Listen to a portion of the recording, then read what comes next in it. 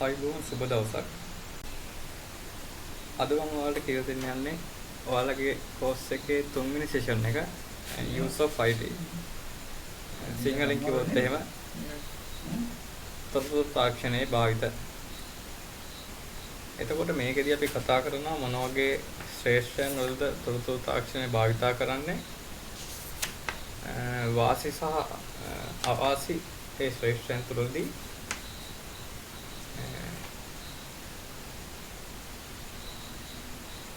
සෞඛ්‍යයට කොහොමද බලපාන්නේ සහ කොහොමද ආරක්ෂාකාරීව තොරතුරු තාක්ෂණය භාවිත කරන්න කියලා දෙනවා මේකෙදී. අපිම මාතෘකාවට ලියා ගන්න පළවෙනි මාතෘකාව use of IT in everyday life. use of IT in everyday life.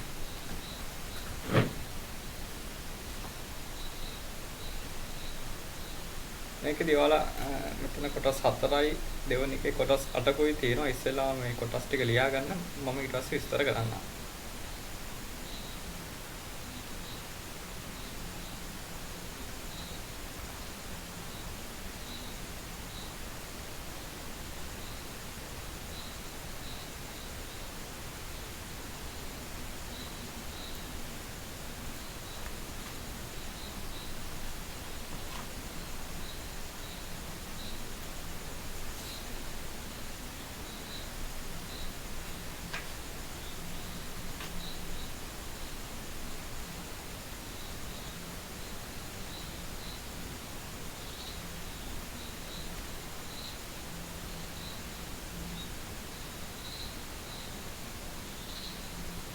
පළවෙනි ටොපික් එක computers at work.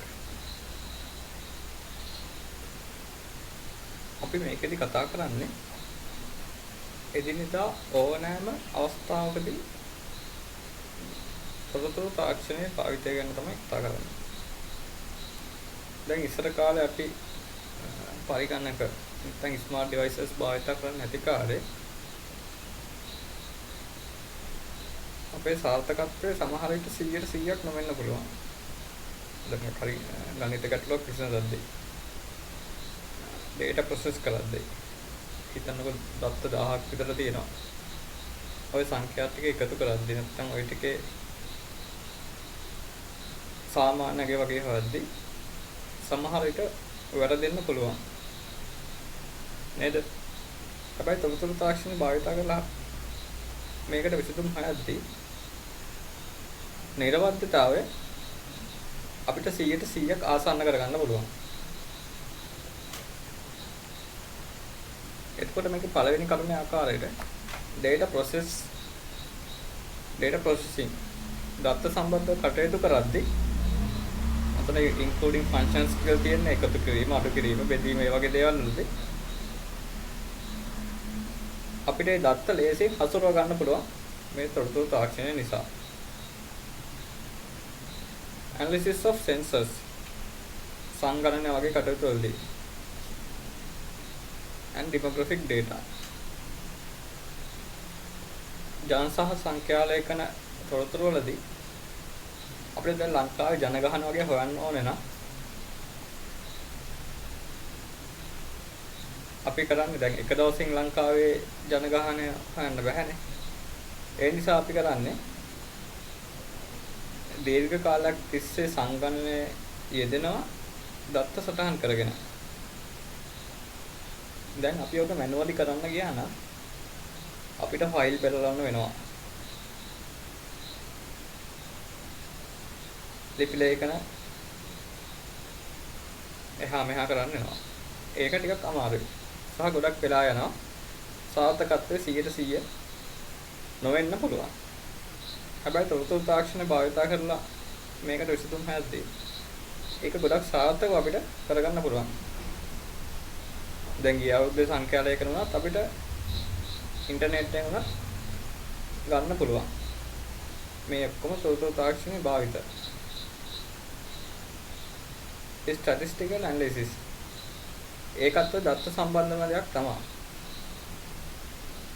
corporate accounting functions බැංකු කටයුතුවලදී මේක බහුලවම භාවිත කරන්න පුළුවන්. ඒ වගේම වෙදර් ෆෝකාස්ටිං. කාලගුණ සම්බන්ධ කටයුතු වලදී පහුගිය දවස් ටිකේ දත්ත අනුව ඉදිරි සතියේ කොහොමද? නැත්නම් පහුගිය මාසේ අනුව ඉදිරි දවස් ටික කොහොමද? ඔයාලා දැන් කොහේ හරි ට්‍රිප් එකක් යනවා නම් කොහේ හරි දීර්ඝ සංචාරයකට යනවා නම් අපිට මේ වගේ දත්ත භාවිතා කරන්න පුළුවන්. ඒ වගේම ෆින්ගර්ප්‍රින්ට් මැෂින්ස් වලදී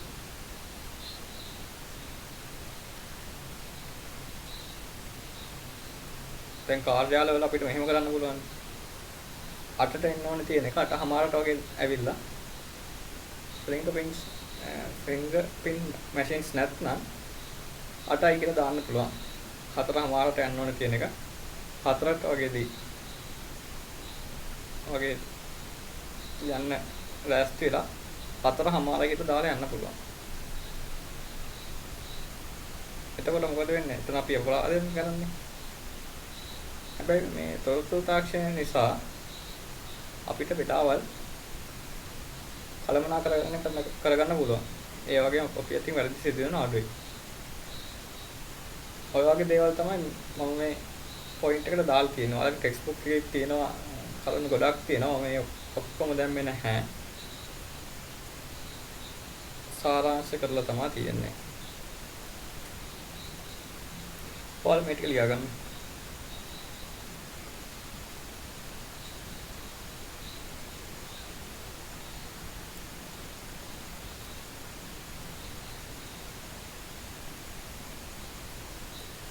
corporate applications ආයතනික වශයෙන් කොහොමද මේ තොරතුරු තාක්ෂණය අපිට වැදගත් වෙන්නේ?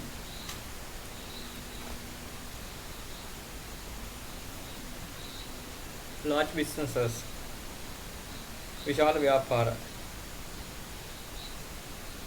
designed to automate all activities in the organization සංවිධානාත්මක කටයුතුවලදී ස්වයංක්‍රීය පාලන සඳහා airline booking system ගුවන් යාන ප්‍රවේශ පත්‍ර ඒ වගේ දේවල් සහ දැන් ලංකාවේ නැහැ පිටරටවල තියෙන බස් බුකින් ලංකාවේ නම් ට්‍රේන් බුකින් තියෙනකද ඒක ට්‍රේන් බුකින් තියෙනවා මම හිතන්නේ ඒ වගේ ගොඩක් ආසන වෙන් කර ගැනීම දැන් සිනමා ශාලාවලදී ආසන වෙන් කර ගැනීම තියෙනවා ලංකාවේ ඒ වගේ දේවල් කරන්න පුළුවන් keeping sales records ඒ කියන්නේ තමයි දත්ත ගබඩා කර ගැනීමේ දෙයක් තමයි එතන සිදු වෙන්නේ. online banking, inventory systems. දැන් මේ දවස්වල කොහොමත් online banking කියන්නේ වාසිය. අපිට බැංකුවට යන්න ඕනේ නැහැ, පොලිමේ ඉන්න ඕනේ නැහැ. ඕනම බිල් පතක් ගෙදර ඉඳලා අපිට ගෙවන්න පුළුවන්. inventory system, බඩු භාණ්ඩ සම්බන්ධ පද්ධතිය. ඒ පද්ධතිය කළමනාකරණය කරන්නත් මේ තොරතුරු තාක්ෂණය අපිට භාවිත කරගන්න පුළුවන්.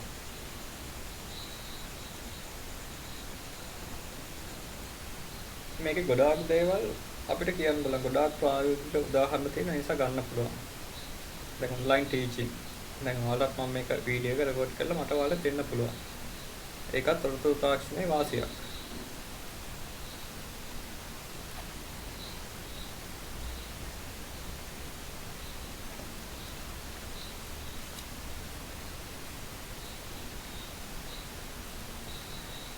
තුන්වෙනි පාර්ට් එක public sector applications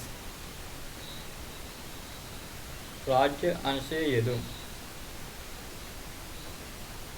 කෙටියෙන්ම කිව්වොත් රාජ්‍ය කාර්යාල රාජ්‍ය සම්බන්ධ කාර්යාල ආයතන දෙපාර්තමේන්තු වලදී තොරතුරු තාක්ෂණ භාවිත වෙනවා. දැන් ඔයාලගේ ළමයි ඉන්නෝනේ ඕපන් යුනිවර්සිටි එකේ දැන් ඩිග්‍රී එකක් කරන අලුතෙන් Bachelor of Software Engineering කියලා. ඒකට රෙජිස්ටර් වෙන්න තියෙන ඔන්ලයින්. ඒතකොට ඒක තව එක ඇප්ලිකේෂන් එකක් නැත්නම් තව එක යෙදීමක්. Inland Revenue, Vehicle Registration, Electronic Voting, National Identity System. ඒ වගේ දේවල් අපිට ගන්න පුළුවන්. තාම ලංකාවේ නම් ඉලෙක්ට්‍රොනික වෝටින් කියන එක නැහැ. හැබැයි රටවල ගොඩක් ඒ වගේ තියෙනවා.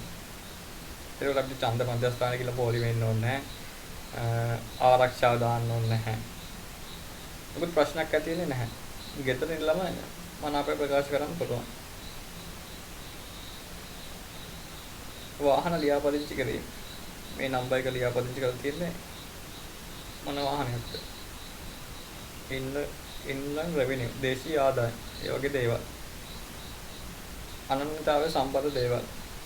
මේ ඩෙන්ටිටි එකේ මේ හඳුන්වපත් නම්බරේ කවුද රෙජිස්ටර් වෙලා ඉන්නේ? කොහෙද යනවද කරන්නේ? ඒ වගේ දේවල්.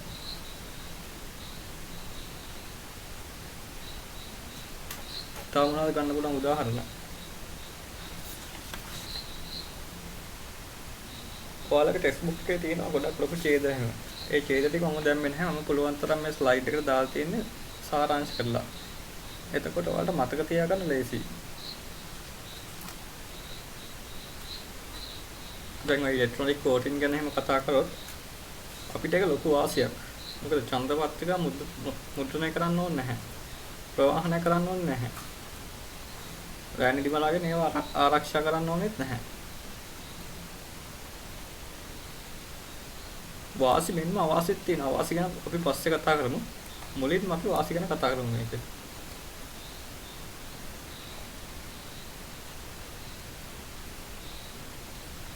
හතරවෙනි කොටස. health sector applications. සෞඛ්‍ය සම්බන්ධ කාර්යවලදී තොරතුරු තාක්ෂණයේ යෙදීම. එතකොට මේකේ ගොඩක් වෙලාවට යෙදීමක් වෙන්නේ ඩිජිටල් මැෂිනරි.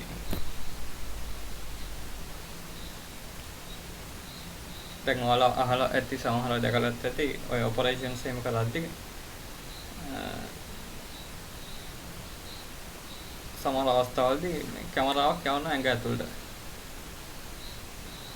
උදාහරණ වල machines and equipments අපිට ඒකට තිරයකට ගන්න පුළුවන්.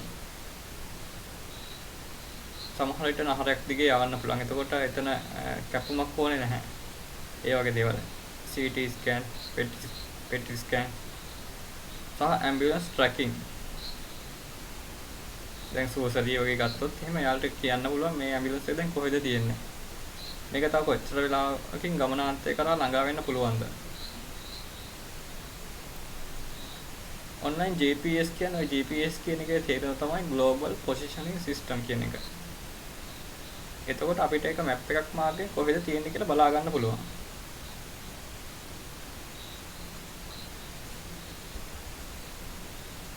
තව මොනවද මේකට තියෙන උදාහරණ? රෝගීන්ගේ වාර්තා. අපිට පුළුවන් නේද සිස්ටම් එකක ගබඩා කරලා තියන්න. දැන් අවුරුදු ගාණක් බෙහෙත් ගන්න රෝගීක් නම් එයා සමහර විට රෝහලට යද්දී පොත් මිටි ගණන් උස්සගෙන යන්න ඕනේ. හැබැයි මේකෙදි එහෙම මොකුත් වෙන්නේ නැහැ. එහෙම දෙයක් කරන්න ඕනේ නැහැ. එයාගේ ID නම්බර් එක හරි නම හරි ටයිප් කරලා සර්ච් කරාම එයාගේ වාර්තා ටික අපිට ඔක්කොම ගන්න පුළුවන්.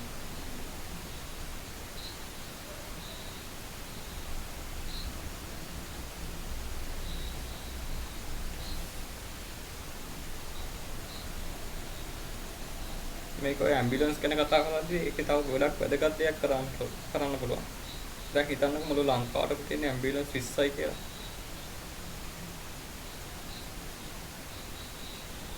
එතකොට දැන් ගොඩක්ම කාර්යබහුල වෙලාවක අපේ ඇම්බියුලන්ස් එකක් වෙන් කරගන්න බැරි වෙන්න පුළුවන්. හිතන්නකෝ මේ කොරෝනාගේ ප්‍රශ්නකදී හැමතැනින්ම වාර්තා වෙනවා රෝගීන්. එතකොට මොකද කරන්නේ? හැම එක්කෙනාටම කෝල් දීදී මේ GPS ක්‍රමය තිබ්බේ නැත්නම් හැම එක්කෙනාටම කෝල් දීදී අහන්න දැන් කොහෙද කියලා. හැබැයි මේ GPS ක්‍රමය තියෙන නිසා අපිට මැප් එකකින් බලා ගන්න පුළුවන් ගමන ළඟම තියෙන ඇම්බියුලන්ස් එක නම්බර එක. ඊට පස්සේ යාට කියන්න පුළුවන් ඔයා මෙතෙන්ට යන්න මෙතෙන්ට ගිහිල්ලා මේ මෙයාව අරන් එන්න. එහෙම කියලා කියන්න පුළුවන් අපිට. ඒ වගේ ගොඩක් වාසි තියෙනවා හෙල්ත් සෙක්ටර් එකකට. හරි මේ ටිකක් තියාගන්න ඔයාලා.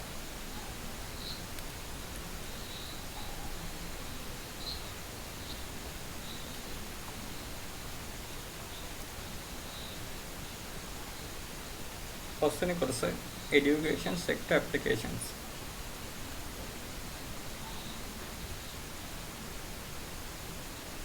අධ්‍යාපනික වශයෙන් කොහොමද තොරතුරු තාක්ෂණය වැදගත් වෙන්නේ? distance learning. දැන් මේ ඔයාලා කරන්නේ distance learning කියන එක තමයි. ඔයාලා ගෙදර ඉන්නේ මමත් ගෙදර ඉන්නේ. දැන් distance learning කියන එක තිබ්බේ නැත්නම් ඔයාලට classes කරනකම් ඉන්න වෙන්නේ classes කරන්න වෙන්නේ නැහැ. කොරෝනා ඉවරනකම් ගෙදරට වෙලා නිකන් ඉන්න වෙන්නේ. නිසා මේක වාසියක්. online exams, timetable creation, computer based training, Google Classroom. දැන් සමහර online exam තියෙනවා. දැන් ඔයාලා Open University එකේ අලුතෙන් degree program එකකට register වුණා නම් ඒකේ තියෙන online exam එකම තමයි. ඒකට ඒක handle කරන්නේ Open University head office එකේ. නාවල තියෙන Open University head office එකේ. ඔයාලට ඕනම center එකට ඇවිල්ලා ලියන්න පුළුවන්.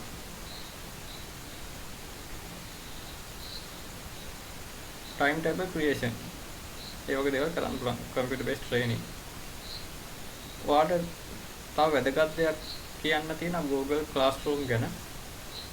මම ඔයාලට group එකේ පොඩි වීඩියෝ එකක් දැම්මා. මම හිතනවා ඔයාලලා ඒක පොඩි app එකක් තියෙන එක download කරන්න කියලා.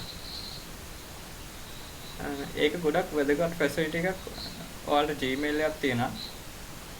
ඔයාලට ඒ facility එක free ගන්න පුළුවන්. සමහර අය දන්නවත් ඇති මේ ගැන. දන්නේ නැති අය ඇති. ඒ නිසා මම පොඩ්ඩක් ඒ ගැන කියලා දෙන්නම්.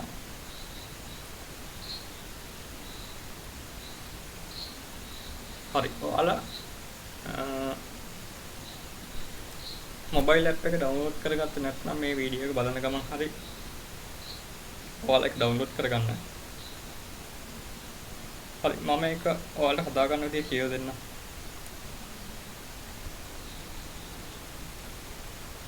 ඔයාලගේ ඉන්ටර්නෙට් බ්‍රවුසර් එකේ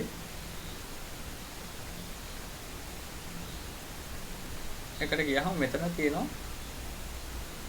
Google Apps කියලා.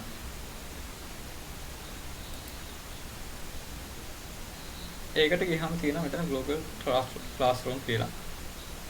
දැන් ඔයාලට app එක download කරා නම් මෙහෙම යන්න ඕනේ නැහැ.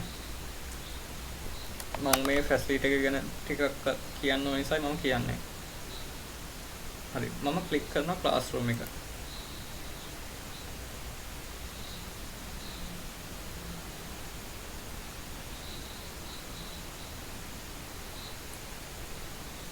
දැන් මෙතන classes මම create කරලා තියෙන්නේ. CLC Thursday, CLC Saturday online, Diploma in Information Technology කියලා තවත් ඕකේ තියෙනවා. දැන් මට ඕනේ ඔයාලගේ class එකේ නමිනුත් මෙතන class එකක් හදන්න. මේක virtual classroom එකක්. virtual classroom එකක් කියලා කියන්නේ සාමාන්‍ය classroom එකක් නම් ඔයාලා එනවා පන්තියට, මමත් එනවා පන්තියට. ඊට පස්සේ මම ඇවිල්ලා උගන්වනවා, ඔයාලා අහගෙන ඉන්නවා. virtual classroom එකක් කියලා කියන්නේ ඔයාලත් ඉන්නේ ගෙදර, මමත් ඉන්නේ ගෙදර. හැබැයි අපිට අන්තර්ජාලයෙන්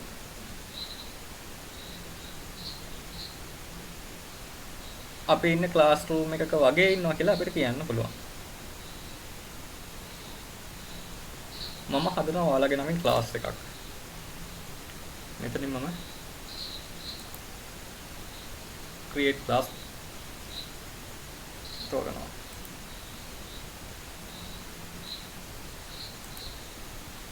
එතනින් continue කරලා class එකේ name එක දෙනවා.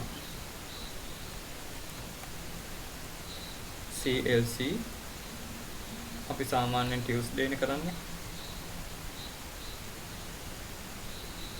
Tuesday මම දාන online කියලා.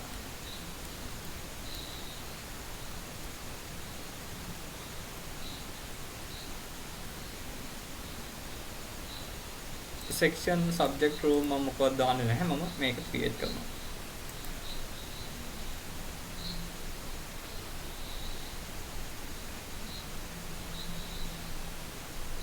දැන් මෙතන creating කියලා class එක load වෙනවා.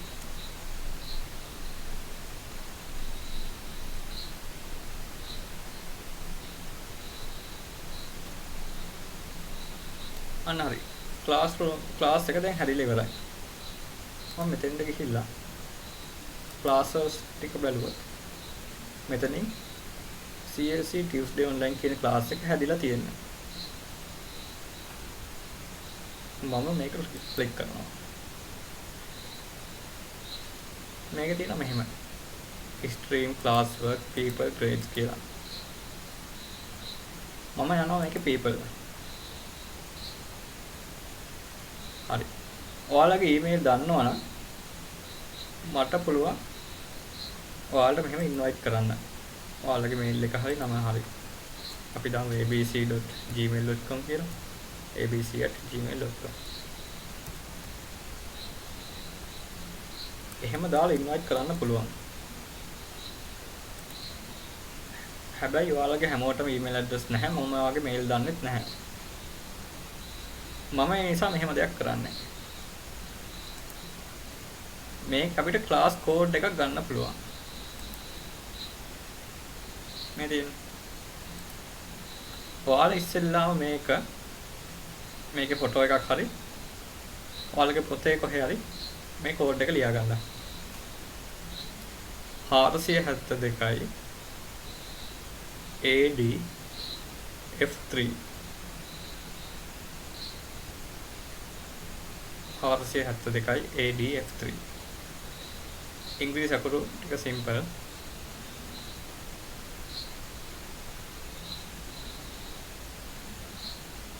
හරි නේද?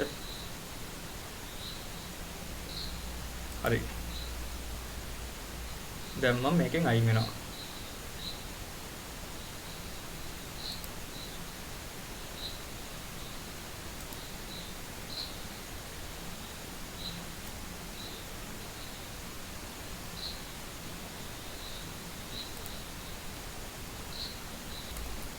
හරි ඒකෙන් අයින් වුණා. දැන් මම ඔයාලට පොඩි වීඩියෝ එකක් පෙන්වන්න යන්නේ. මම කිව්වනේ ඔයාලට ඇප් එකක් ඩවුන්ලෝඩ් කරගන්න කියලා.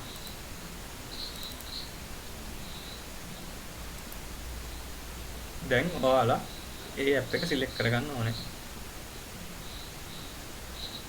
හරි මෙතන සිලෙක්ට් කරගත්ත ඇප් එක. ඔයාලගේ ෆෝන් එකේ දකුණු පැත්තේ පහළ කෙළවරේ තියෙන මේ වගේ ධන ලකුණක් තියෙන අයිකන් එකක්. නිල් පාට ධන ලකුණක් තියෙන අයිකන් එකක්. ඒක ක්ලික් කරන්න ඕනේ.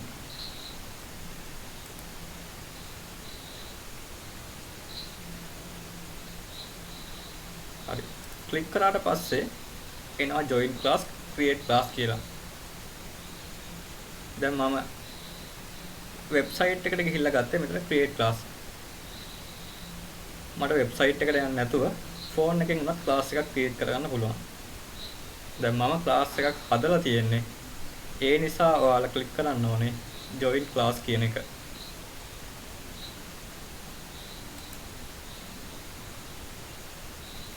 හරි. join class කියන එක ක්ලික් කරාට පස්සේ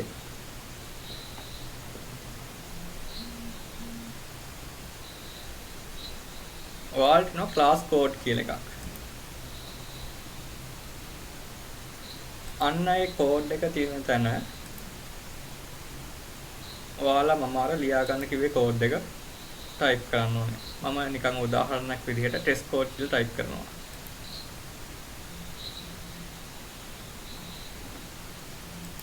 ටයිප් කළා මේ මෙතන තියෙන join බටන් එක ක්ලික් කරන්න.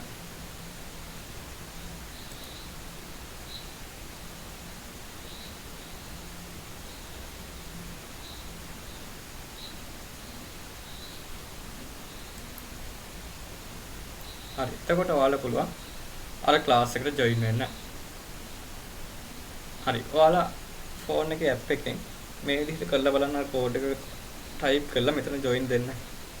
ඔයාලාව එතකොට මම ක්‍රියේට් කරපු ක්ලාස් එකට ඔටෝමැටිකලි ඇඩ් වෙයි.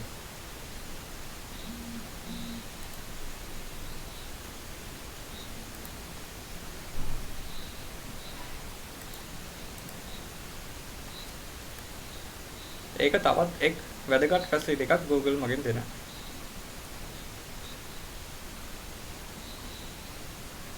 පළවෙනි එක teleworking applications. working from home without going to the office. මේ දවස්වල ගොඩක් අය කරන්නේ ඕකේ. මේකේ වාසිය අවශ්‍ය දෙකම තියෙනවා. අපිට උදේම නැගිටලා ඔෆිස් එකට යන්න ඕනේ නැහැ. ගෙදර ඉඳලා කරන්න පුළුවන්. ඕනම දුවක් අරගෙන වීඩියෝ එක ඔෆ් කරලා කරන්න පුළුවන් අපිට. අවාසියක් තියෙනවා. දැන් ඔෆිස් එකේ වගේ ඉන්ටර්නෙට් කනෙක්ෂන් එකේ හොඳ ඉන්ටර්නෙට් කනෙක්ෂන් එකක් ගෙදර නැත්නම් කරන්න බෑ. දැන් මේ ක්ලාස් එක කරලා දෙනවා. අර සිග්නල් ප්‍රශ්නයක් තියෙනවා. ඒ නිසා මම ඔයාලට වීඩියෝ එක වෙනම විදිහකට ඔයාලට දෙන්නේ. දැන් මොනවද මේවට උදාහරණ? web developers, content writers, graphic designers ඔය වගේ දේවල්. සමහර වෙලාවලට ඔෆිස් එකේ තියෙන මැෂින්ස් වලට අපේ මැෂින් කනෙක්ට් වෙනවා. එතකොට අපිට ඔෆිස් එකේ ඉඳන් වැඩ කරනවා වගේ කරන්න පුළුවන් අන්තර්ජාලය හරහා. හැබැයි ඉතින් ඒකට හොඳ අන්තර්ජාල සම්බන්ධතාවයක් තියෙන්න ඕනේ. මේකෙත් වාසිය අවාසිය දෙකම තියෙනවා. දැන් අවාසිය තමයි ඉතින් ඔයාලා දන්නවනේ. අද කරපු ක්ලාස් එකට ජොයින් වෙන්න බැරි වුණා. ඒක එක අවාසියක්.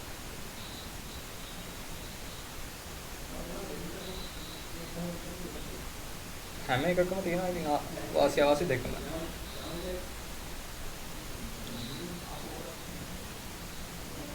ඔයාලගේ ටෙක්ස්ට් බුක් එකේ තියෙනවා මොනවද වාසිය අවාසිය කියලා. මොනවද මේකේ වාසිය?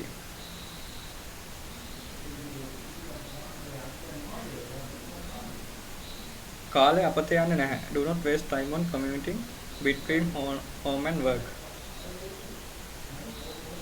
Free නිදහස්. අපිට ඕනෑම විදිහට මේකට ජොයින් වෙන්න පුළුවන්. එක ටාස්ක් එකකට ફોකස් කරන්න පුළුවන් අනිත් එක. තව අනිත් වැදගත්ම දේ තමයි අපිට දැන් ඔන්ලයින් වගේ කරනවා අපිට කාර්යාලයක ඉඩ අවශ්‍ය වෙන්නේ නැහැ. දැන් හිතන්නකෝ එහෙම ඔයාලගේ යාළුවෝ 5 දෙනෙක් විතර එකතු වෙලා පටන් ගන්නවා බිස්නස් එකක්. මොකක්ද? වෙබ්සයිට් හදන කම්පැනි එකක්. ඔයාලා 5 දෙනෙක් ඉන්නවනේ. කම්පැනි තියෙන්නේ කොහෙද? එක්ක ගෙදර කාමරයක නැත්නම් එහෙම සෙට් වෙන්නත් බැයි නෑ. දැන් ඔයාලා ඉන්නේ මේ වගේ තැන්වල. එක්කෙනෙක් ඉන්නවා යාපනයේ, එක්කෙනෙක් අනුරාධපුර පොළොන්නරුව, තව එක්කෙනෙක් ඉන්නවා ගාල්ලේ, තව එක්කෙනෙක් ඉන්නවා මාතල. එතකොට ඔයාලට එහාම යන්න බෑ. ඔයාලා අර වගේ virtual classroom එකක් හරි දාගන්න ඕනේ. එතකොට මේ ඩෙවලොප් කරන දේවල් ටික නැත්තම් ඩෙවලොප් කරන ෆයිල්ස් ටික classroom එකට අප්ලෝඩ් කරන්න පුළුවන් වෙනවා.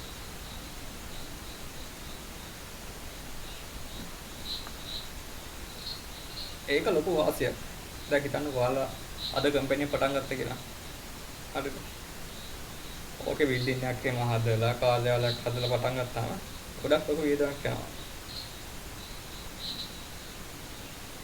දැන් Google කම්පැනි එක පටන් ගත්තේ ගෑරේජ් එක කියනවානේ. අන්නේ වගේ තමයි ඔයාලත් කැමතින කියලා පටන් ගන්න පුළුවන්. අර වගේ virtual මොකක් හරි ස්පේස් එකක් තියෙන එක ගොඩක් ලේසියෙන් අපිට කරගන්න පුළුවන්. මොනවද මේකේ තියෙන අවාසි?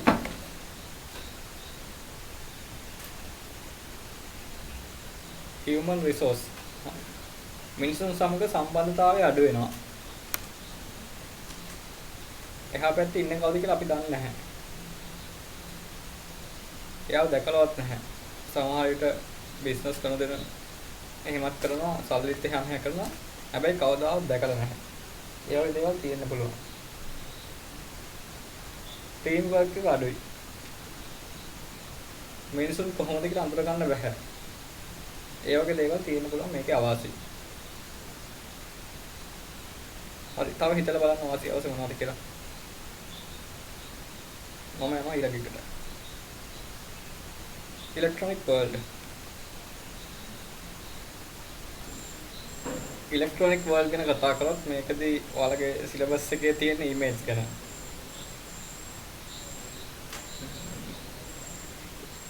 ඊමේල් කියන එකේ තේරුම තමයි ඉලෙක්ට්‍රොනික මේල් කියන එක. සිංහලෙන් කියනවා නම් විද්‍යුත් ඇටවැල. ඒතකොට මේකෙදී අන්තර්ජාලය හරහා ෆයිල් එකක් නැත්නම් ඩොකියුමන්ට් එකක් අපෙන් තව කාට හරි යවන්නත් පුළුවන්. තව කාගෙන් හරි අපිට ගෙන්නව ගන්නත් පුළුවන්. මේකෙන් තියෙනවා වාසි අවාසි දෙකම තියෙනවා. fast and efficient send documents, cost effective saving papers. ඒ වාසි අවාසි signal problems, security problems, email disappear. වාසි ගැන කතා කරොත් එහෙම වේගවත් සහ කාර්යක්ෂමයි. ඔව් තප්පරෙන් වගේ අපිට එහාට කියන්නේ එහාට මෙහාට යවන්න පුළුවන්. documents image එකක්, වීඩියෝ එකක්, audio file එකක් යවන්න පුළුවන්. cost effective ගොඩක් data යන්නේ නැහැ මේකට. emails වලට ගොඩක් data යන්නේ නැහැ. saving papers කඩදාසි සඳහා යන මුදල සහ ද්‍රව්‍ය අපිට ඉතිරි කරගන්න පුළුවන්. අවාසි තමයි සිග්නල් ප්‍රශ්න, ආරක්ෂක ප්‍රශ්න. දැන් අපි රහස්‍ය ඊමේල් එහෙම යවනවා නම් තව කාට හරි ඒව ගන්න පුළුවන්. ඊමේල්ස් සයිබර් වහල වලට එමු කරගන්න පුළුවන්. සහ ඊමේල් disappear. යවන ඊමේල් යන්න නැතුව වෙන්න පුළුවන්. එහෙම ප්‍රශ්න වෙන්නත් පුළුවන්. හරි මම ඔයාලට කියලා දෙන්න දැන් කොහොමද ඊමේල් ඇඩ්‍රස් එකක් ඔයාලට හදාගන්න කියලා.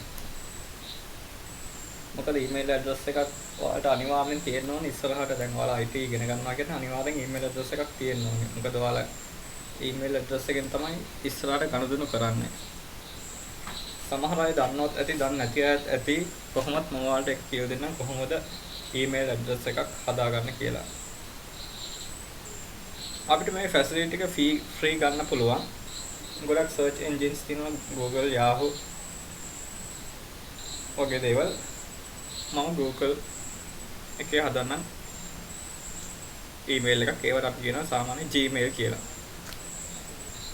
ඔයාලගේ වෙබ් බ්‍රවුසර් එකේ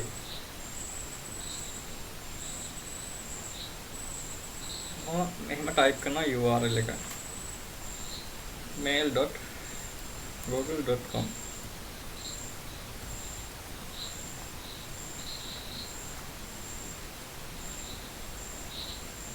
හරි මෙතන තියෙන දැන්වම මේ device එකෙන් log වෙන email අපිට වෙන account එකක් පාවිච්චි කරන්න ඕන මෙතෙන්ට යනවා. එතන තියෙනවා create account කියලා. මම ක්ලික් කරනවා ඒක. මෙතනින් options දෙකක් එනවා for myself අනිත් එක to manage my business. මම යනවා for myself කියන එක.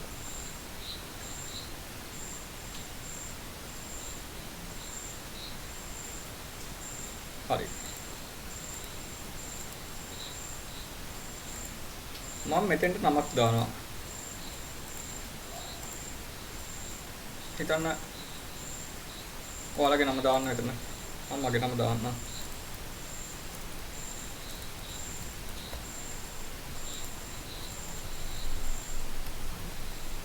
හරි. මෙතෙන්ට දාන්න ඊමේල් ඇඩ්‍රස් එක.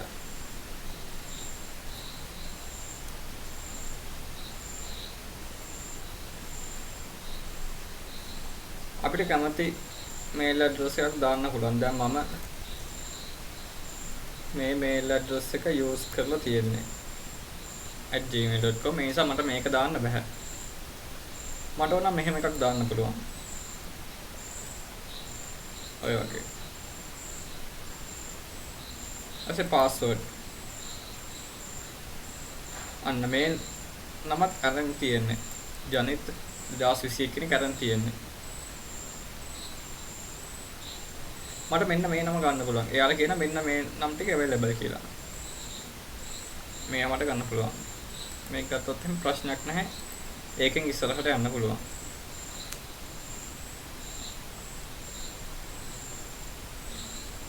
මේකට පාස්වර්ඩ් එකක් ටයිප් කරන්න ඕනේ. මේකටත් ඒ පාස්වර්ඩ් එක ටයිප් කරලා මේකට ටයිප් කරන එක මේකෙන් ටයිප් කරන්න ඕනේ. ඊට පස්සේ next දීලා ඉස්සරහට යන්න ඕනේ.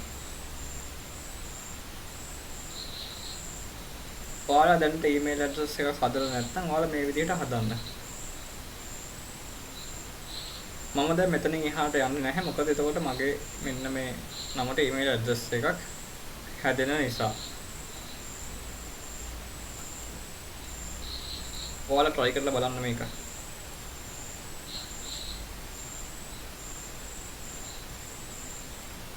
හරි. මේ ටිකත් ලියා ගන්න ඔයාලා.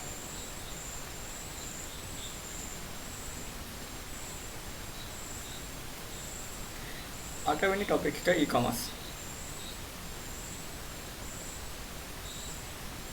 e-commerce ගැන කතා කරද්දී මේකෙදි කියන්නේ අන්තර්ජාලය හරහා භාණ්ඩ සහ සේවා ලබා ගැනීම. Purchasing goods and services online using internet. දැන් භාණ්ඩ ලබා ගන්නවා නම් අපිට පුළුවන් මුදල් ගෙවලා මොකක් හරි භෞතික දෙයක් ලබා ගන්න. ෆෝන් එකක්, පර්ස් එකක්, වොච් එකක්, සපත්තු දෙයක් ඒ වගේ. online service එකක්. දැන් ඔයාලට මම කරන්නේ online service එකක් තමයි. දැන් ඔයාලා වෙන මොකක් හරි subject එකක් ඉගෙන ගන්න ඕනේ නම් ඔයාලා කවුරු හරි lecturer කෙනෙක් නැත්නම් instructor කෙනෙක් hire කරගෙන එයාලට ගාණක් ගෙවලා එයාලගේ සේවාව ලබා ගන්නවා. මොකද්ද online transactions කියලා කියන්නේ? සල්ලි ගෙවනවා නැත්නම් සල්ලි ලබා ගන්නවා. without cash in hand. එතකොට අපිට මුදල් වලින් يعني භෞතික මුදල් වලින් ගන්න බෑ. අපේ accounts වලට අඩු වැඩි වෙනවා මුදල්. ඒක තමයි කියන online transactions කියලා. ගොඩක් වෙලාවට online payment වලදී සිදු වෙන්නේ ඒ දේ. මෙතන තියෙන Amazon, eBay, AliExpress කියලා.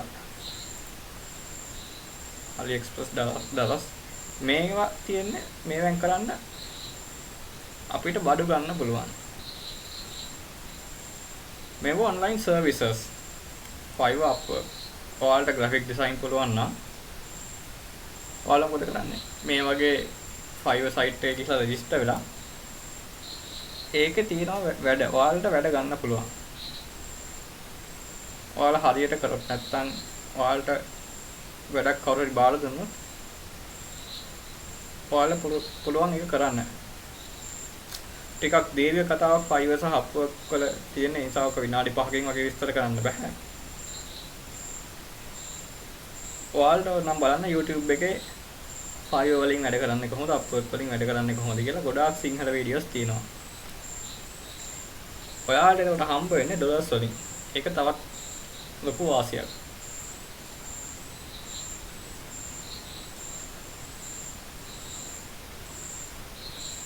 e-commerce කියන්නේ ඔන්න ඔයකට තමයි. අන්තර්ජාලය භාවිත කරලා භාණ්ඩ හා සේවා ලබා ගැනීම සහ විකිණීම.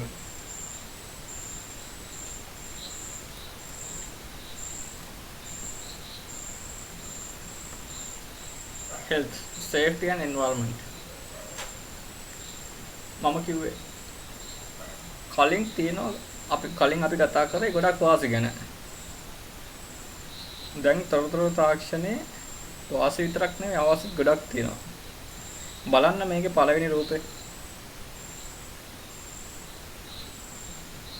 ඒකේ තියෙනවා ඒ මිනිහෙක් ඉන්නවා, එයා ඉඳගෙන ඉන්න ඉරියව්ව වැරදිලු. ඔව් යාට ටික කාලයක් කොහොම ඉන්නකොට යාට කොන්දේ අමාරුවක් එන්න පුළුවන්. බලන්න දෙවෙනි රූපේ, තුන්වෙනි රූපේ. ඒ රූප දෙකේ නම් ප්‍රශ්නයක් නැහැ. හැබැයි ඊතන ප්‍රශ්නයක් නැත්තේත් නැහැ. ඔහොම ඉඳගෙන ඉන්නකොට කොන්දේ අමාරුවක් හැදෙන්න නැති වෙන්න පුළුවන්. හැබැයි ඔය ස්ක්‍රීන් එක දිහා ගොඩක් වෙලා බලා ඉන්නකොට ඇස් අමාරුවක් හැදෙන්න පුළුවන්. ඔය වගේ ප්‍රශ්න ගොඩක් තියෙනවා.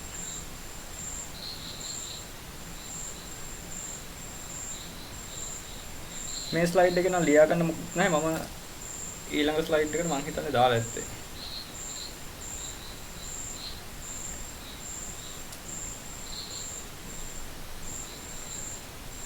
සෞඛ්‍ය ප්‍රශ්නයක් තියෙන තොරතුරු තාක්ෂණය නිසා රේඩියේෂන් විකිරණ නිකුත් වෙන්න පුළුවන්. Every wireless signal emits radiation. හරි. ඔයාලා පාවිච්චි කරනවානේ Wi-Fi. ඒවා ශරීරයට හිත කරලා නැහැ. ශරීරයට කොහෙත්ම හිත කරලා නැහැ. දැන් ඔයාලා රැට නිදාගත්ත එහෙම අර සාමාන්‍යයෙන් කියන්නේ Wi-Fi කලාප වලින් ගොඩක් ඈත නිදා ගන්න කියලා. දැන් ඔයාලා රවුටර්ස් එකෙන් පාවිච්චි කරනවා නම් පුළුවන් නම් රවුටර් එක ස්විච් එක ඕෆ් කරලා කරවලා තියන්න. මොකද පාවිච්චි කරන්නේ නැහැ. ස්විච් එක දාලා තිබ්බොත් එතන Wi-Fi කලාපයක් තියෙනවා. ඒක හොඳ නැහැ. දීර්ඝ කාලීනව භාවිතා කිරීමෙන් පිළිකා වගේ තත්ත්වات එන්න පුළුවන්. විශේෂයෙන් මොළයේ පිළිකා.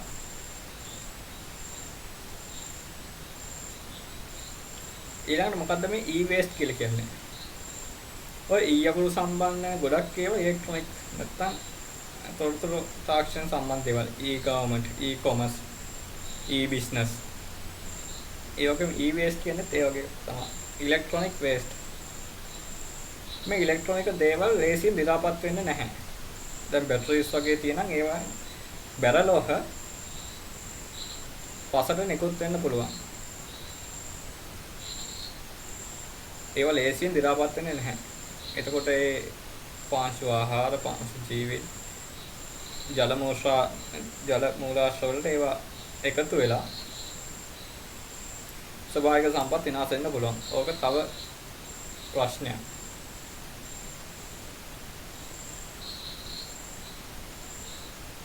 මේ ටිකත් ලියා ගන්න ඕලා.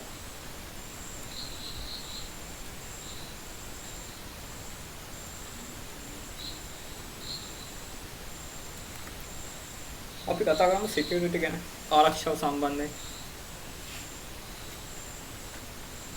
පරිගණකයක ගවඩා කරලා තියෙන දත්ත හැම වෙලාවෙම ආරක්ෂිතද? නැහැ, ආරක්ෂිත නැහැ.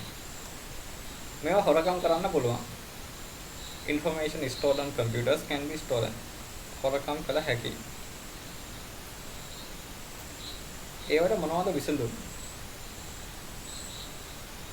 ගොඩක් දේවල් තියෙන පාස්වර්ඩ් එකක් දාලා කම්පියුටර් එක ලොක් කරලා තියන්න. user accounts හදාගන්න. ඒ වගේ දේවල් කරන්න පුළුවන්. මේකේ තියෙන කරුණු සම්බන්ධව කතා කරොත් එහෙම data backups. data backup කියලා කියන්නේ තමන්ගේ දත්ත වෙනත් තැනකට කොපි කරලා තියාගන්නවා. දැන් ඔයාලගේ කම්පියුටර් එකේ නැත්නම් පරිගණකයේ වැදගත් දත්ත තියෙනවා. ඒවා ඉතා වැදගත් නම් ඒවා අපි වෙන external hard disk එකකට හෝ කම්පියුටර් එකේම වෙන partition එකකට කොපි කරලා තියාගන්නවා. හිතන්නකෝ වෛරස් එකක් ඇවිල්ලා කම්පියුටර් ඔන් කරගන්න බැරි වුණා කියලා. එතකොට අපිට කිසි ප්‍රශ්නයක් නැතුව බය නැතුව ෆෝමැට් කරන්නවත් පුළුවන්.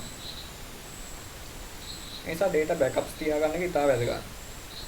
virus guards. පරිගණකයෙන් වැඩ කරගෙන යද්දී වෛරස් එන්න පුළුවන්. එතකොට ඒකත් security එකට ප්‍රශ්නයක්. සමහර files වැඩ කරන්නේ නැති වෙන්න පුළුවන්. එතකොට මේකට භාවිත කරන antivirus software. ප්‍රති වෛරස් මුදුකාම් කියලා තමයි ඒවට කියන්නේ.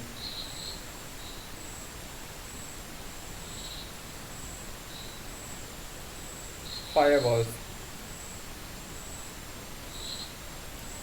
Utility software used especially to protect from attacks coming through internet. Internet එක හරහා එන දැන් cyber ප්‍රහාර වගේ දේවල්.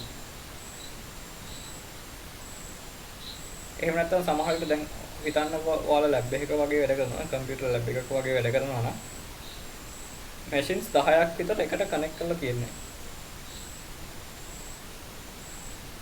එතකොට එක machine එකකින් තවත් machine එකකට යද්දි security එකක් තියෙන්න ඕනේ. ඒකට අපි භාවිත කරනවා firewall කියන එක. අපි සිංහල තේරුම තමයි ගිනි පවර කියන අදහස.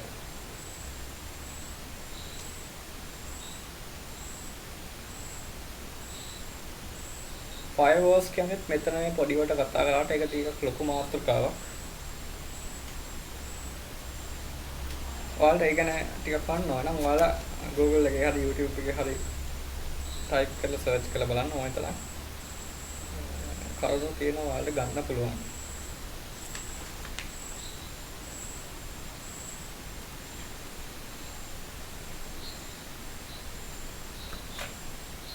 personal privacy. කතාවක් තියෙන තමන්ගේ ආරක්ෂාව තමන් සල්ස ගන්න ඕන කියලා. දැන් කොරෝනා වලදීත් එහෙමයි නේද? කොච්චර කිව්වොත් අපිට මිනිස්සු හදන්න බෑනේ. ඒ නිසා තමන් ආරක්ෂා වෙන එක තමන් වටිනවා. personal privacy කියලා කියන්නේ protecting ourselves online. අන්තර්ජාලයේ සැරිසරද්දී තමන්ම ආරක්ෂා වෙන්න ඕනේ. උදාහරණයක් විදිහට online accounts පාවිච්චි කරද්දී ඒකට දාන්න ඕන හොඳ password එකක්. ඔය password දාලා සමහර අය එක එක password දානවා. සමහර අය දානවා ඔකට ID number එක. සමහර අය ඔකට දානවා නම දානවා. සමහර අය උපන්දිනය. සමහර අය දානවා තමන් ආදරය කරන කෙනාගේ නම. එහෙම නෙවෙයි. password එකක් දාද්දී කොටස් හතරක් තියෙනවා සලකලා බලන්න ඕනේ. පළවෙනි upper case, capital ලකුණු, lower case simple ලකුණු, numbers, symbols, ඉලක්කම් සහ සංකේත. දැන් මෙතන මම ලියලා තියෙන password කියන වචනේ. හැබැයි ලියලා තියෙන විදිහ වෙනස්. upper case අකුරක් තියෙනවා, lower case අකුරක් තියෙනවා. symbols දෙකක් තියෙනවා. ආය lower case එකක් තියෙනවා, number එකක් තියෙනවා. මෙතන තියෙන simple ලකුණු දෙකක්. මේක password කියලා තමයි ලියලා තියෙන්නේ. හැබැයි ලියලා තියෙන විදිහ වෙනස්. තව ඔය වගේ දේවල් ඔයාලා ගෙස් කරලා හිතන්න පුළුවන්. ඊළඟට මොකද්ද මේ two factor authentication කියලා කියන්නේ? second step protection. හරි හිතන්නකෝ මෙහෙම. ඔයාලට තියෙනවා Facebook account එකක්. කවුරු හරි කෙනෙක් හිතන්න ඔයාලගේ යාළුවෙක් කියලා. ඔයාලගේ email එක දැනගන්නවා. account එක hack කරලා හරි නැත්නම් account එක cyber ප්‍රහාරයකට ලක් කරලා හරි password එකක් දැනගන්නවා. password එක දැනගත්ත කෙනා ඇතුළු වෙන්න පුළුවන් නේ. දැන් ඔතනින් එහාට තමයි two factor authentication කියන එක වැදගත් වෙන්නේ. දැන් එයා email එක type කරලා password එකක් type කරලා ඇතුළු වෙන හදද්දී two factor authentication කියන එක ඔයාලා active කරලා තියෙනවා නම් ඔයාලගේ phone එකට message එකක් එනවා. ඔයාගේ Facebook account එකට කවුරු කෙනෙක් ඇතුළු වෙන්න යන්නේ ඒ ඔයාද කියලා තහවුරු කරන්න කියලා. එතකොට ඔයා දන්නවා ඇතුළත් වෙන්න යන්නේ ඔයාම නම් ඔයාලට yes දීලා ඇතුළු වෙන්න පුළුවන්. හැබැයි වෙන කෙනෙක් ඇතුළු වෙන්න යනවා නම් ඔයාලට තේරෙන්න ඕනේ දැන් ඇතුළු වෙන්නේ මම නෙවෙයි. මම මේ වෙලාව වෙන මොකුත් කරන්නේ නැහැ. Facebook account එකට අනුරයි කරන්නේ නැහැ. එතකොට ඔයාලා හිතෙන්න ඕනේ මේ වෙන කෙනෙක් තමයි ඇතුළු වෙන්න හදන්නේ කියලා.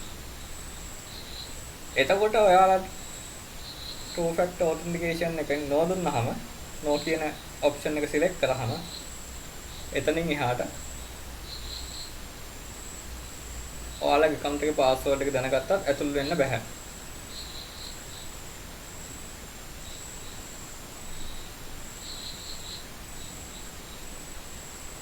ඕක තමයි two factor authentication කියලා කියන්නේ. එකක් password එක අනිත් එක ඔයාලට phone එකේ message එකක් එනවා ඔයාමද කියලා තහවුරු කරන්න ඕනේ. ගොඩක් online payments කරද්දී උනත් එහෙම එනවා. දැන් online payments කරද්දී ඔයාලගේ phone එකට number එකක් එනවා. ඉලක්කම් 6ක 8ක හරි number එකක් එනවා. ඒ number එක ආපහු ඒ payment කරන්න නැත්නම් type කරලා submit කරන්න ඕනේ.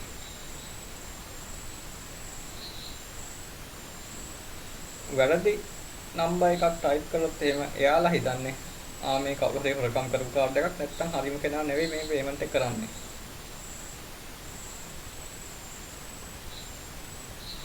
හරි ඔය වගේ දේවල් තමයි මේ security එකෙන් කතා කරන්නේ.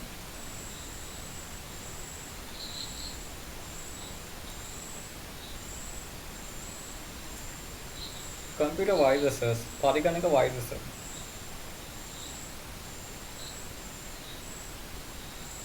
virus කියන්නේ මොකද්ද? a program. එයත් අපි දන්න විදිහටම පරිගණකයේ ක්‍රියාත්මක වෙන වැඩසටහන. දෙවෙනි වාක්‍යය මොකක්ද කියන්නේ? deliberately created to cause annoyance or alter or delete data. ඒ කියන්නේ මොකක්ද?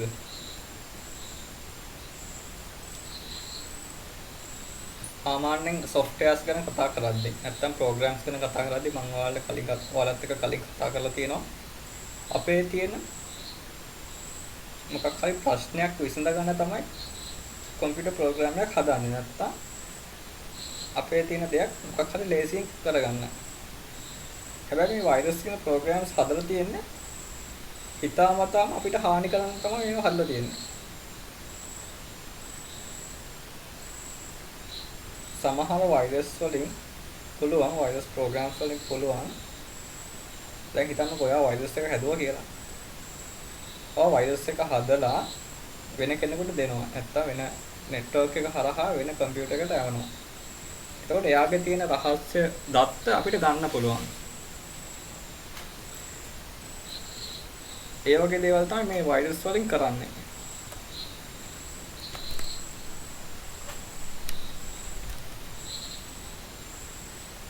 මේ වෛරස් කියන්නේ හොඳ දෙයකට හදපු ප්‍රෝග්‍රෑම් එකක් නෙවෙයි. හරි බලන්න ඊළඟ කරුණ. සමහර වෛරස් වලින් පුළුවන් අපේ කම්පියුටර් සිස්ටම් එක ස්ලෝ ඩවුන් කරන්න. ස්ලෝ කරන්න පුළුවන්. Designed to replicate and spread. Virus නම් පැතිරෙන්න පුළුවන් නේද? දැන් කොරෝනාවත් එහෙමනේ. දැන් හිතන්නකෝ කාට හරි කොරෝනා කියලා. එයා යනවා එන කොහේ හරි. ගිහිල්ලා තව කාත් එක්ක හරි කතා කරනවා. එතකොට ඒ කලින් තිබ්බෙක් කෙනාට කොරෝනා හිතන්නකෝ තව 4-5 දෙනෙක් එක්ක කතා කරලා කියලා. එකවර මේ 4-5 දෙනාටම බෝ වෙනවා. එහෙම තමයි කොරෝනා පැතිරෙන්නේ. දැන් 5 දෙනෙකුට කොරෝනා. ඒ 5 දෙනා වෙන වෙනම තව 5 දෙනෙක් එක්ක. එතකොට එතන අර වෙන වෙනම 5 දෙනා 25යි. අර 5 දෙනා 30යි 31යි.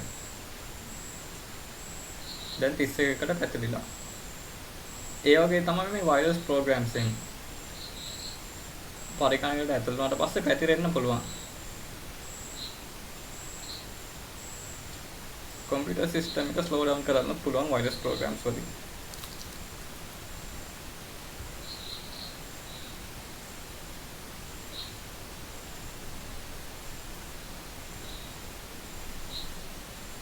Types of viruses.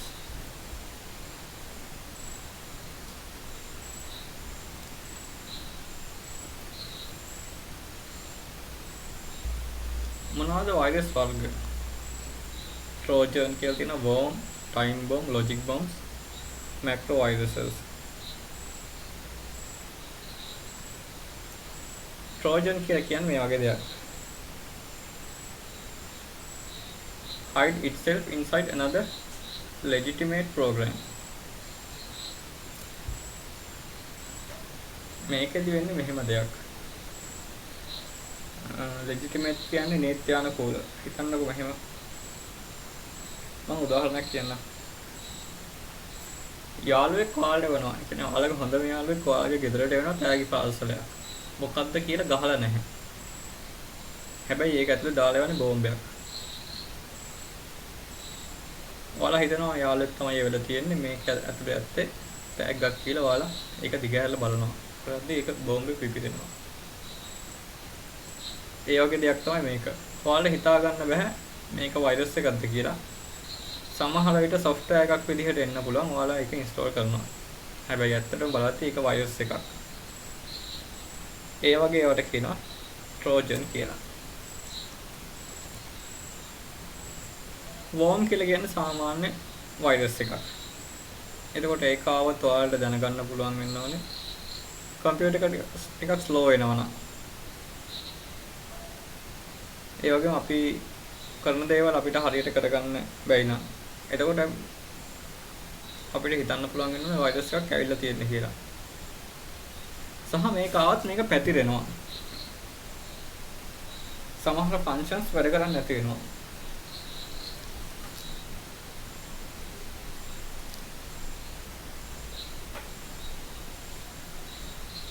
තුන්වෙනි එක time bomb.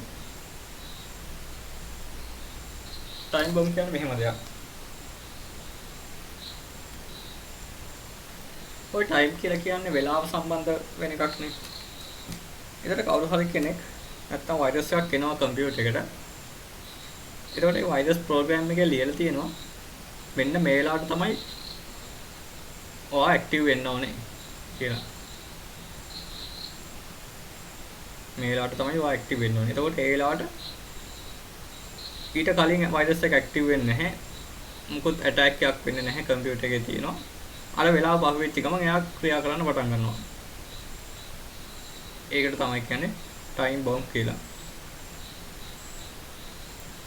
ලොජික් බෝම්බ් කියන්නේ මොකක් හරි තර්කයක් සම්බන්ධයක්.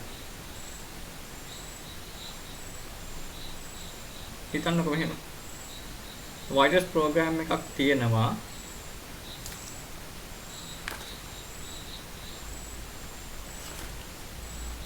ඒකේ තියෙන මෙහෙම දෙයක්. අපි උදාහරණයක් විදිහට ගමු. හිතන්නකො පෙන් එකක් කම්පියුටර් එකට කනෙක්ට් කළාම මැෂින් එක රීස්ටාර්ට් වෙන්න ඕනේ. ඒක ලොජික් බෝම්බ් එකක්. මොකද ලොජික් එක? පෙන් එකක් කම්පියුටර් එකට සම්බන්ධ කිරීම. ඒ වගේ වල කියන ලොජික් බෝම්බ් කියලා. අපි මොකක් හරි කරාම ඒ ලොජික් එක ඕකේ නම් ඒ ඇක්ටිවේට් වෙනවා.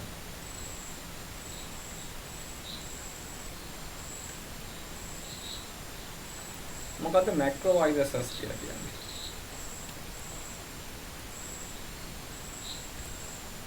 මැක්‍රෝ වෛරසස් කියලා කියන්නේ දැන් ඔයාලගේ කම්පියුටර් එකේ තියෙන ප්‍රෝග්‍රෑම්ස් නැත්නම් ඇප්ලිකේෂන්ස් හරහා වෛරස් පැතිරෙන්න පුළුවන්.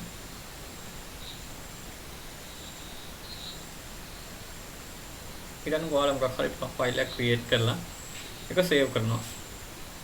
ඊළඟ ඒ වගේ ෆයිල්ස් හරහා වෛරස් පැතිරෙන්න පුළුවන්. ඒක සේව් කරලා පෙන් එකකට දාගෙන වෙන කොහේ හරි ගිහිල්ලා යාළුවෙකුගේ කම්පියුටර් එකට ගිහිල්ලා ඒක කොපි කරනවා. ඒතකොට ඒ වෛරස් එක යනවා යාළුවගේ මැෂින් එකට. ඒ වගේ දේවල්.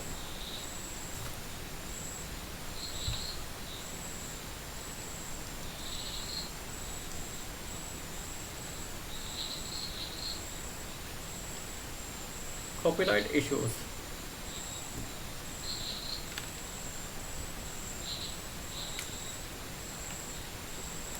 අපි ගොඩක් අය පුරුදුලා ඉන්නේ කාගේ හරි දෙයක් කොපි කරන්නනේ. මේ IT ෆීල්ඩ් එකේ නැත්තම් තොරතුරු තාක්ෂණ ශාස්ත්‍රයේ තියෙන කොපි කිරීම සම්බන්ධව.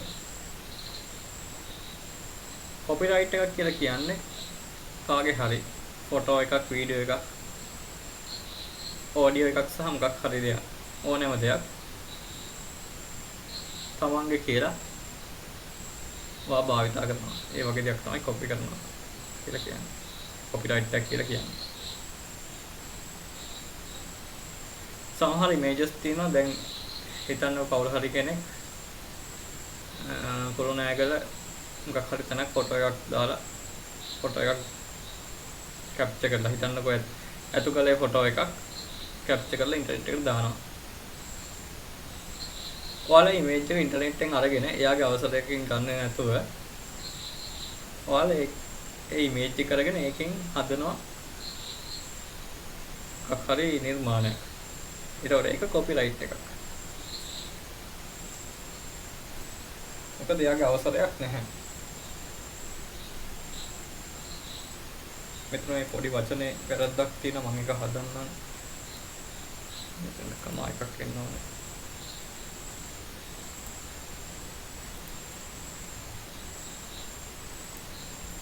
හරි. දැන් සාමාන්‍යයෙන් ඔයාලා ඉස්කෝලවලදී එහෙම සමහර ළමයි ප්‍රොජෙක්ට් එහෙම කරද්දී මොකද කරන්නේ? කවුරු හරි තව අක්ක කෙනෙක් හරි ඊය කෙනෙක් හරි කරපු ප්‍රොජෙක්ට් එකක් කරගෙන මුල් පිට කවුරු හරි අයින් කරලා ඔයාලගේ නම ගහලා දෙනවා. ඒක කොපිරයිට්.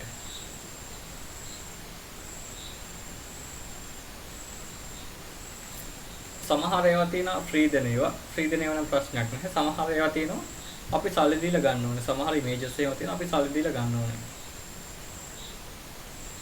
දැන් Windows උනත්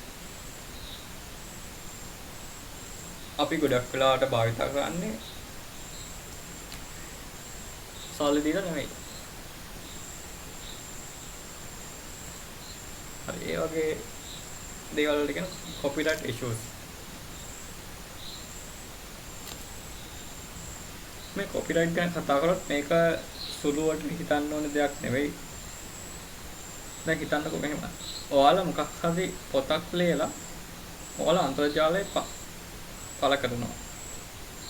ඔයාලා පොතක් ලියන නම් ඒක නිකන් ඉඳලා ලියන්න බෑනේ. ඒකට මහන්සි වෙන්න ඕනේ.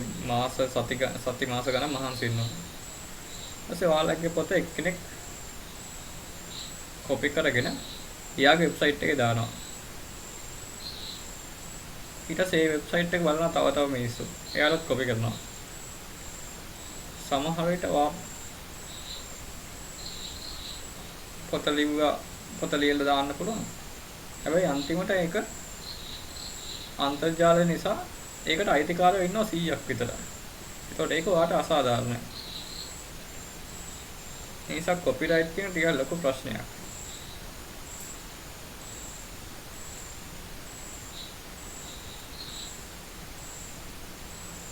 software licensing.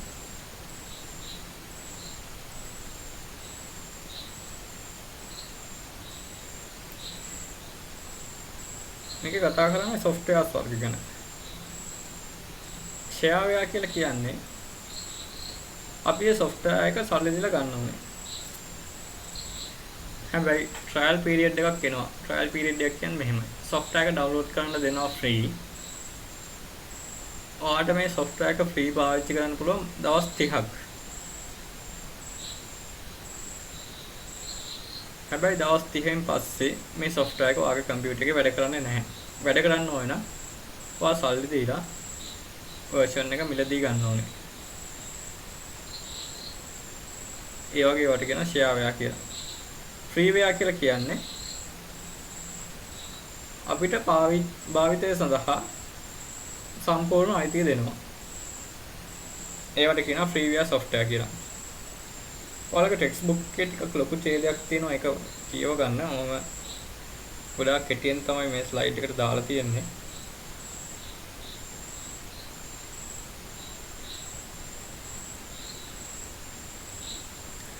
තුන්වෙනි එක open source software. ඒ software එකක් කියලා කියන්නේ මම එක දවසක ඔයාලත් එක්ක කතා කරා කම්පියුටර් ප්‍රෝග්‍රෑම් එකක්. කම්පියුටර් ප්‍රෝග්‍රෑම් එකක් නම් ඕකේ තියෙන source code එකක්. source code කියන්නේ තියෙන coding lines. එතකොට open source software එකක් නම් අපිට ඒ software එක හදපු code එක උනත් අපිට ගන්න පුළුවන්. අරගෙන මොකද කරන්නේ? අපිට ඒ code එක වෙනස් කරලා ඔයාලා සාමාන්‍ය coding එහෙම දන්නවනම් ඒ code එක වෙනස් කරලා ඔයාගේම software එකක් උනත් හදන්න පුළුවන්.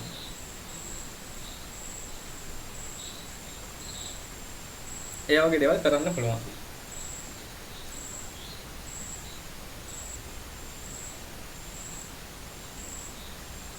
මේක ලියා ගන්නවා. computer ethics. පරිගණක සාර ධර්ම. මේකේ තියෙන කොටස් 10ක් විතර. Don't use a computer to harm other people. පරිගණකයෙන් අන් අයට හිරිහැරයක් වෙන විදිහට වැඩ කරන්න එපා කියලා කියන්නේ. කොහොමද පරිගණකයෙන් තව කෙනෙක්ට හිරිහැරයක් වෙන්නේ?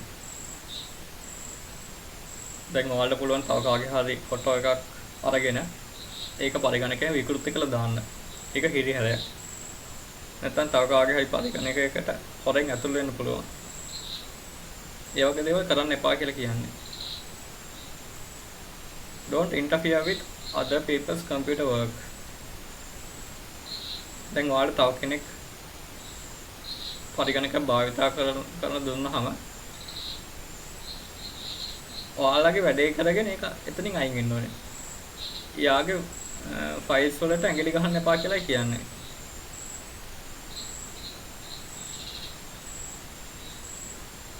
තුන්වෙනි එකනොත් කියන්නේ ඒ වගේ දෙයක්. තුන්වෙනිගෙන් කියන්නේ දෙවෙනි එක තව ටිකක් විස්තර කරනවා. පරිගණක දෙවෙනි එකෙන් කියන්නේ පරිගණකයේ වැඩසටහන් වල බාධා කරන්න එපා කියලා. තුන්වෙනි එක කියන්නේ පරිගණකයේ ලිපි ගොනු වලට බාධා කරන්න එපා කියලා කියන්නේ. ඒවට ඇඟිලි ගහන්න එපා කියලා තමයි කියන්නේ.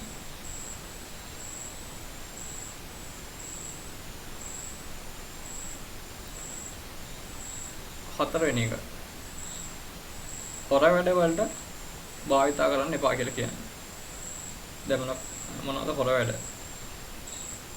බැංකුවක් මංකොල්ල කන්න වගේ දේවල්. ඒ වගේ දේවල් කරන්න එපා කියලා කියන්නේ.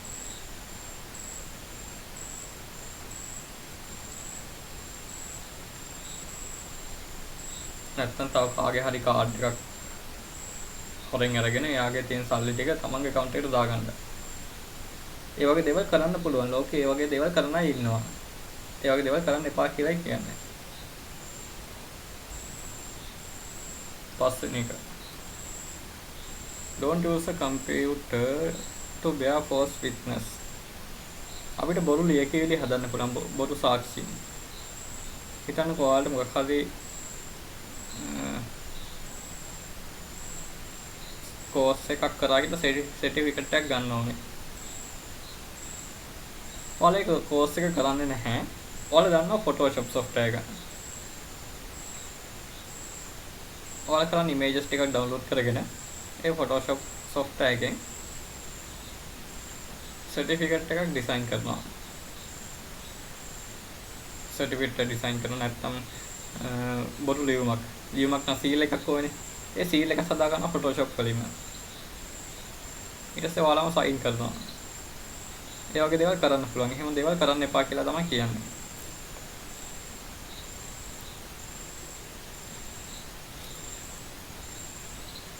Don't use or copy software which you have not paid. සාමාන්‍ය මේක නම් අපි බහුලවම කරන දෙයක්. හැබැයි ඒකත් වැරදි. දැන් හිතන්නකෝ Microsoft Office කියන software එක. දැන් ඕක හදන්න Microsoft company සෑහෙන මහන්සි වෙන්නේ නැතිනේ. නැත්තම් ඔය Bill Gates කියන එක්කෙනා ලෝකේ ධනපතියෙක් වෙන්නේ නැහැනේ. හැබැයි අපි යාළුවෙක්ගෙන් software එකක් කිල්ලුවොත් එයා Office software එක අරගෙන තියෙන්නේ.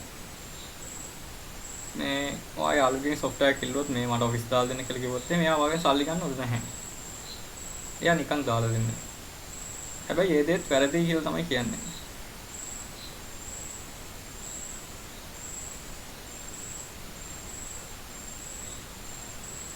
හත්වෙනි එකත් ඒ වගේ එකක් තමයි.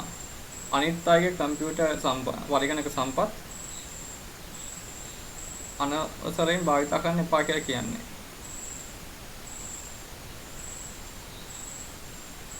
ගොඩක් අය ওই දෙක කරනවා. ඒ දෙක ලොකුවට ගැන සැලකිලිමත් වෙන්නේ නැහැ. ওই දෙක කරනවා. හැබැයි මේ දේත් සාර ධර්ම වලට පටහැනි දේවල්. අටවෙනි එකත් මම කලින් කිව්වා වගේ දෙයක්. තව කෙනෙක් මොකක් හරි හිතන්නකෝ ප්‍රොජෙක්ට් එකක් කියලා. එයා ටයිප් කරපු ෆයිල් එක ඉල්ල ගන්නවා. එයාගේ නම විතරක් වෙනස් කරලා ඔයා සබ්මිට් කරනවා. ප්‍රශ්නයක් නැහැ. ඒකට ප්‍රොජෙක්ට් එක වාගේ. හැබැයි දැන් නම් එහෙම softwares ඇවිල්ලා තියෙනවා. තව කෙනෙක්ගේ content එහෙම copy කරන්න බෑ අහු වෙනවා. නිසා ඒ වගේ දේවල් කරන්න බෑ කියලා කියන්නේ.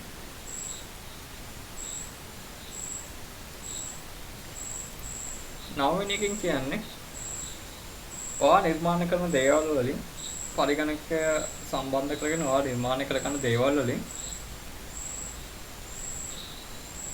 සමාජයට මොකක් හරි හානියක් වෙනවද? ඒ ගැන පොඩ්ඩක් හිතලා බලන්න කියලා කියනවා. එහෙම හානියක් වෙනවා නම් ඒ දේ කරන්න එපා කියලා කියන්නේ. තමන්ටත් අනුන්ටත් යහපතක් වෙන දේවල් නේ අපි කරන්න ඕනේ.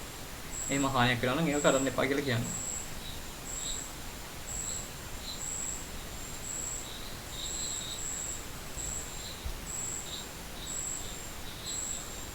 සාමාන්‍යයෙන් අපි දන්න කතාවක් තමයි respect others අන් අයට ගරු කරන්න කියන කතාව. එතකොට පරිගණකය භාවිතා කරද්දී අන් අය පහත් කරන හොඳ නෑ. අන් අය තමන්ගේ යයි සලකා කියන්නේ ඒ අයටත් ගරු කරමින් අපි අපේ වැඩේ කරගන්න ඕනේ.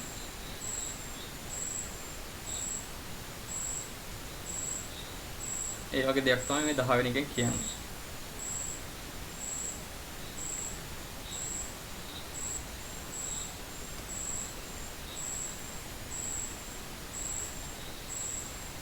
cyber crimes.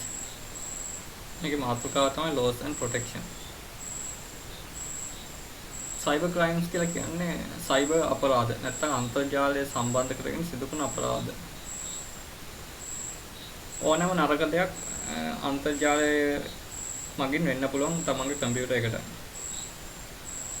ඊටන ඔයාලගේ තියෙන රහස් තොරතුරු තව කෙනෙක් විසින් ගන්න පුළුවන්. හැබැයි ගොඩක් වෙලාවට තමන්ගේ පරිගණක වල ඒක එන්නේ නැහැ. මොකද තමන්ගේ පරිගණක වල එච්චර ගන්න දෙයක් නැහැ.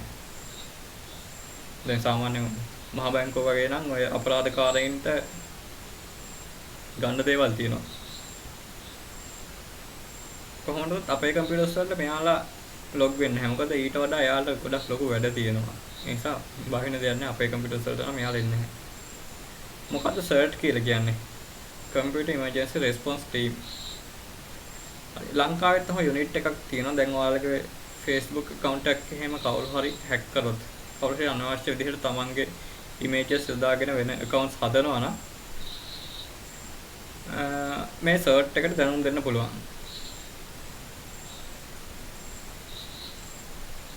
එතකොට එයාලා ඒ අදාළ ක්‍රියාමාර්ග ගන්නවා. කවුරු හරි තමන්ගේ දේවල් භාවිතා කරගෙන මොකක් හරි අපරාධයක් වගේ කරනවා නම් තමන්ගේ නමට තමන්ගේ ෆොටෝස් දාලා වෙන account එකක් හදනවා නම් නැත්නම් පරිගණකෙන් දිගින් දිගටම තමන්ට මොන හරි හිතන්න මෙසේජ් කරනවා තමන්ගේ ෆොටෝස් දානවා ෆොටෝස් ඉල්ලනවා අනවශ්‍ය ඊමේල් එවනවා ඒ වගේ දේවල් කරනවා නම් ඔයාලට පුළුවන් මේ සර්ච් එකට කියන්න. එතකොට ඔයාලගේ තොරතුරු අරගෙන අදාළ ක්‍රියාමාර්ග ගන්නවා යාලා.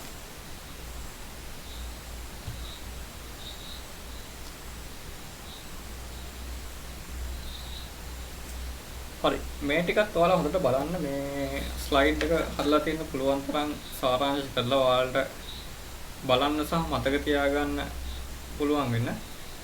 ඔයාලා ටෙක්ස්ට් එකත් හොඳට කියවන්න. හරි මෙතන මේ ස්ලයිඩ් එක ඉවරයි. ඔයාලා මොකද ප්‍රශ්නයක් තියෙනවා මට ප්‍රයිවට් මෙසේජ් එකක් හරි දාන්න.